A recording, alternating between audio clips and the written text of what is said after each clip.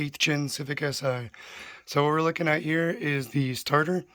As you can see back there, there is a bolt that's extended out, and it's because you can't gain access to it with conventional tools. So Honda was nice enough to extend it out for us, and with the 14mm you can remove the back bolt of the starter. Now, understanding how that design works, let's move over here.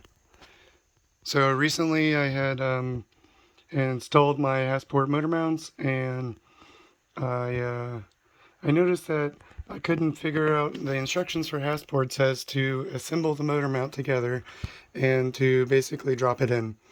Well, what I found out was that there is a bolt hole in the bottom of the mounting bracket, but there's no way to get a bolt in there. With the way that it's mounted, really the only way that you would be able to get it in there is to either remove that stud or that one. That way you could separately put them in. But basically what I did was I took the bracket, I made a makeshift bolt, kind of like the starter bolt.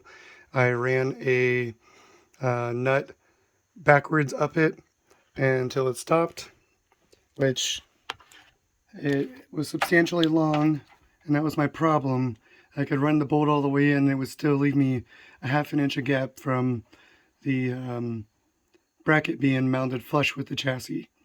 So I ran that nut up. I just found it in my bolt spin, and happened to be the same thread pitch and whatnot. I ran it on backwards, which basically gave me the option that the starter bolt has in the back.